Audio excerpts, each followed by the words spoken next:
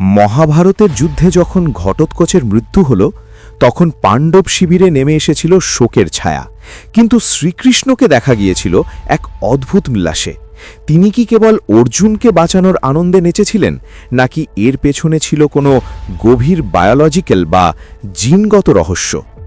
তাত্ত্বিকদের মতে ঘটোৎকচ ছিলেন ভীম এবং রাক্ষসী হিড়িম্বার পুত্র, অর্থাৎ অর্ধেক মানুষ আর অর্ধেক রাক্ষস।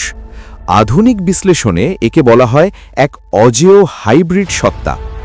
লোকগাথা এবং কিছু প্রাচীন ব্যাখ্যায় দাবি করা হয় ঘটোৎকচের রক্তে ছিল এক বিশেষ মায়াবী গুণ, যা দেবী চণ্ডীর বর্ণিত রক্তবীজ অসুরের কথা মনে করিয়ে দেয়। বলা হয় কলিযুগের প্রাক্কালে পৃথিবী থেকে এই ধরনের অতি প্রাকৃতিক এবং ভয়ঙ্কর দানবীয় জিনের অবসান ঘটানো ছিল শ্রীকৃষ্ণের এক সুদূর প্রসারী পরিকল্পনা। ঘটোৎকচের রক্ত যদি কলিযুগের মাটিতে পড়ত, তবে সেখান থেকে জন্ম নিত এক অদম্য দানব বংশ, যা সাধারণ মানুষের অস্তিত্ব বিপন্ন করতে পারত।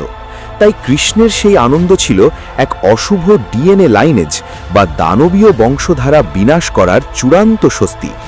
যদিও মূল মহাভারতে এই রক্তবীজ তত্ত্বের সরাসরি উল্লেখ নেই, তবুও গবেষকদের কাছে এই রহস্যময় বিশ্লেষণ আজও এক অমীমাংসিত প্রশ্ন। প্রাচীন ভারতের এই অজানা ইতিহাস সম্পর্কে আপনার মতামত কি? কমেন্টে জানান। আর এমন আরও রহস্য জানতে সাবস্ক্রাইব করতে ভুলবেন না যেন।